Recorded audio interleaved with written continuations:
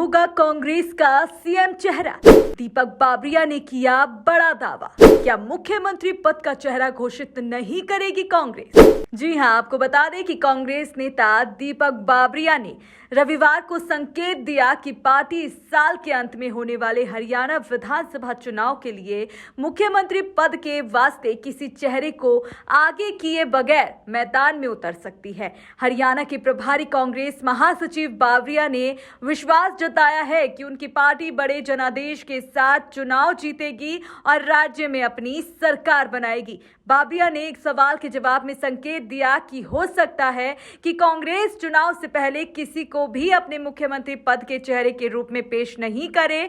बता दें कि इससे पहले शनिवार को पंचकुला में भारतीय जनता पार्टी की विस्तारित प्रदेश कार्यकारिणी की बैठक के दौरान केंद्रीय गृह मंत्री अमित शाह ने कहा कि बीजेपी हरियाणा में मुख्यमंत्री नायब सिंह सैनी के नेतृत्व में अकेले चुनाव लड़ेगी। यह पूछे जाने पर कि क्या कांग्रेस भी बीजेपी की तरह चुनाव से पहले अपना मुख्यमंत्री पद का चेहरा घोषित करेगी, तो बाबरिया ने ऐसा कुछ नहीं करने की पार्टी की परंपरा की ओर इशारा कर दिया। उन्होंने कहा कि कांग्रेस पार्टी की 70 साल पुरानी परंपरा है कि विधायक दल जिसे भी चुनेगा और 99% परंपरा ये है कि वह कांग्रेस अध्यक्ष को अधिकृत करता है। उन्होंने इस बात पर जोर दिया कि आखिरकार निर्वाचित विधायकों की इच्छा के अनुसार ही निर्णय लिया जाएगा। बाबरिया ने यह भी कहा कि यह मुख्यमंत्री पद का चेहरा एक बड़ा राजनीतिक फैसला है, एक गोपनीयता का भी मुद्दा है। हम इसकी सार्वजनिक बहस में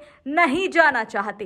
इसी से जुड़े एक अन्य सवाल पर उन्होंने कहा कि पिछले साल एक राज्य में हुए चुनाव में मुख्यमंत्री पद के लिए 5 दावेदार थे, लेकिन किसी को भी मुख्यमंत्री पद का चेहरा नहीं बनाया गया और फिर भी कांग्रेस भारी बहुमत के साथ राज्य में सत्ता में आई। उन्होंने कहा कि हरियाणा में भी हम बड़ी जीत के साथ सत्ता में आएंगे। हरियाणा में सत्तारूढ़ बीजेपी द्वारा कांग्रेस में अंदरूनी कलह को लेकर अक्सर निशाना बनाए जाने के बारे में पूछे जाने पर दीपक बाबरिया ने कहा कि बीजेपी के पास कोई विमर्श नहीं है। वह कहती है कि हमारे बीच मतभेद है और मीडिया के जरिए इसे बड़ा चढ़ाकर पेश करना चाहती है। उन्होंने सवाल किया कि क्या बीजेपी नेता अनिल विज के पिछले बयान सत्तारूढ़ पार्टी में अंदरूनी कलह को नहीं दर्शाते हैं।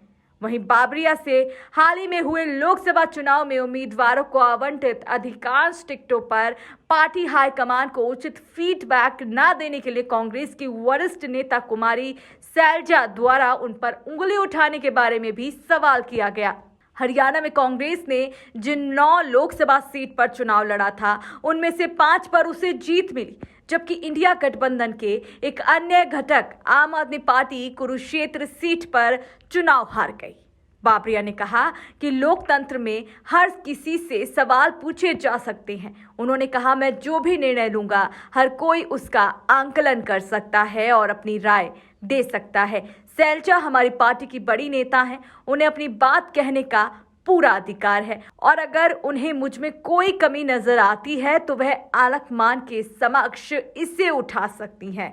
कांग्रेस नेता दीपक बाबरिया ने कहा कि हरियाणा चुनाव के लिए कांग्रेस का घोषणा पत्र आम आदमी पार्टी पर केंद्रित होगा, जो अपने आप में काफी बड़ा बयान है। जी हां, उन्होंने कहा कि घोषणा पत्र आम आदमी पार्टी पर केंद्रित होगा और पार्टी ने दस्तावेज तैयार करने के लिए पार्टी समाज के विभिन्न वर्गों से संपर्क कर रही है और घोषणा पत्र के लिए उनके फीडबैक और सुझाव ले रही है।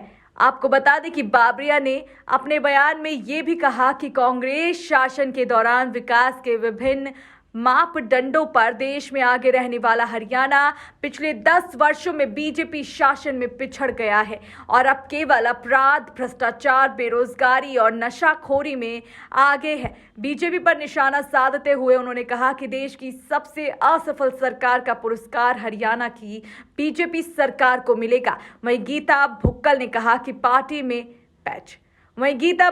कहा कि पार्टी ने मुख्य घोषणा पत्र समिति के तहत 17 से 18 उप समितियां बनाई हैं। साथ ही हम समाज के हर वर्ग के लिए एक बहुत बड़ा और अच्छा घोषणा पत्र लाने का प्रयास कर रहे हैं। तो अब आपका क्या कहना है इस वीडियो पर? कमेंट बॉक्स में अपनी प्रतिक्रिया जरूर दीजिएगा।